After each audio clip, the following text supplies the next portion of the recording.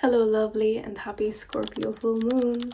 Today we'll be talking all about the Scorpio full moon, about Taurus season, about transformation, and about liberation from earthly attachments. My name is Orla, I'm your local witch, and on this channel I share all things astrology, yoga, and nervous system regulation for creatives and artists and innovators. Hit that subscribe button to stay up to date on all things cosmic. This Scorpio full moon is all about liberation. Scorpio is symbolized by three archetypes: the scorpion, the eagle, and the phoenix.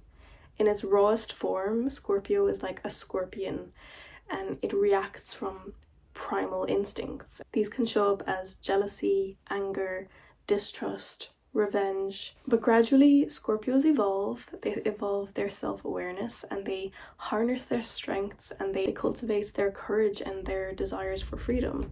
And they evolve into the eagle, and as they soar through the skies, they have very intense observations and they have very deep intuitions, and they can very easily tell what's going on in certain situations, certain people. They can read situations very well. The phoenix represents the final form of the Scorpio's transformation, reborn and rising from the ashes. They have learned to let go of control and of earthly attachments. They are now liberated, transformed. However, right now we are in Taurus season, a fixed earth sign, which is all about earthly sensations, really a very sensual season where we are really looking more towards earthly possessions and experiences like good food, taking naps, and feeling grounded, and self-care, and all of these things, all of these earthly possessions. So this full moon really highlights the dynamic between earthly attachments and this idealistic freedom that we are searching for. And as Scorpio is ruled by Mars traditionally, and in modern astrology ruled by Pluto, we are really asked to take meaningful action towards transformation. This lunation really invites us to embrace metamorphosis, because it's very easy to identify yourself with earthly possessions, worldly possessions, but it really is our inner inhibitions, our suppressions, and our mental fluctuations that we define ourselves by, and how much we attach to those things and how we react from those things. So I wanted to read a little excerpt from this beautiful book, 4 Chapters on Freedom by Swami Satyananda Saraswati, and we're on Sutra 15, and it's called the lower form of Vairagya. And Vairagya is the Sanskrit term for non-possession, non-attachment. And this non-attachment, often in like yogic terms, is often seen as like going out into the Himalayas and sitting in a cave with just one piece of cloth around you, and maybe you have one meal a day. But this is not necessarily the only way to go about non-attachment and non-possession. And that is what they touch on in this chapter. So it is possible to attain Vairagya, non-attachment, even when one undergoes all the responsibilities of family and society. It is not at all necessary to give up one's duties. What is needed is not to give up the different acts, but rather to completely give up raga and dvesha, which cause the subconscious agony. And earlier on, raga and dvesha are described, where raga is the attitude of liking any object of our choice, and dvesha is the attitude of the mind which involves dislike for an object.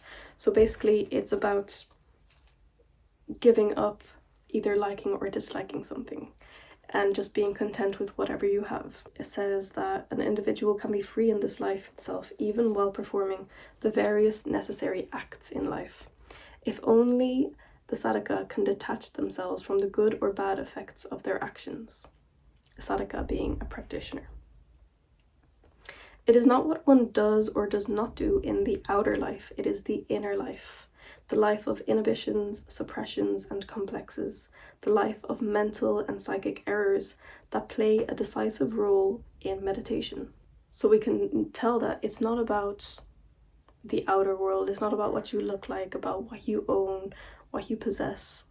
It's about the inner world that you have and how you react to persons and events and situations, and how quick you are to respond. Like, are you quick to respond like the Scorpion? Do you respond with jealousy and anger, or do you respond by carefully observing and using your intuition, or do you completely let go and release control over any outcome?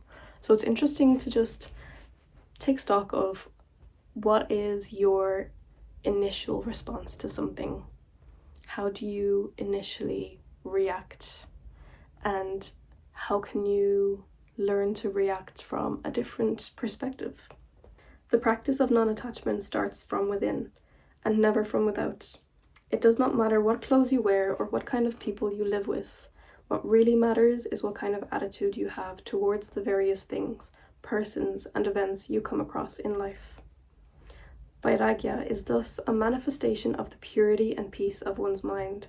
It bestows upon the sadhaka an undisturbed happiness and silence which remains unchanged whether the sadhaka is confronted with events that please them or events that would be unpleasant.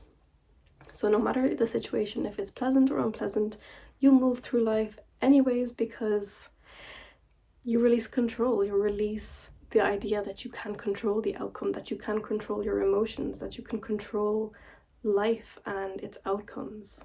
You take everything just as it comes. Because at the deeper level of consciousness and of the subconscious, every one of us has certain desires, cravings, ambitions, and wishes we want to fulfill. And these unfulfilled desires give rise to conflicts and tensions.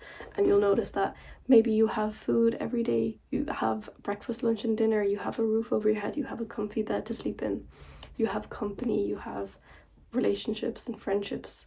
And they say that food, shelter, and companionship, those are your only like physical needs to survive in life. So anything that comes on top of that is kind of like you're choosing that to be an extra worry. You're choosing for that to be something else to be distracted by.